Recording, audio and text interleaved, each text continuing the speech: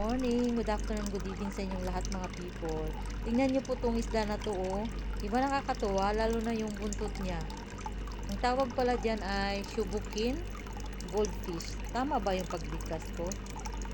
So ayan lang mga people. Maraming salamat sa pagpanood.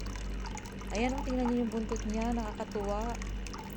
Nakaka-relax silang panoorin.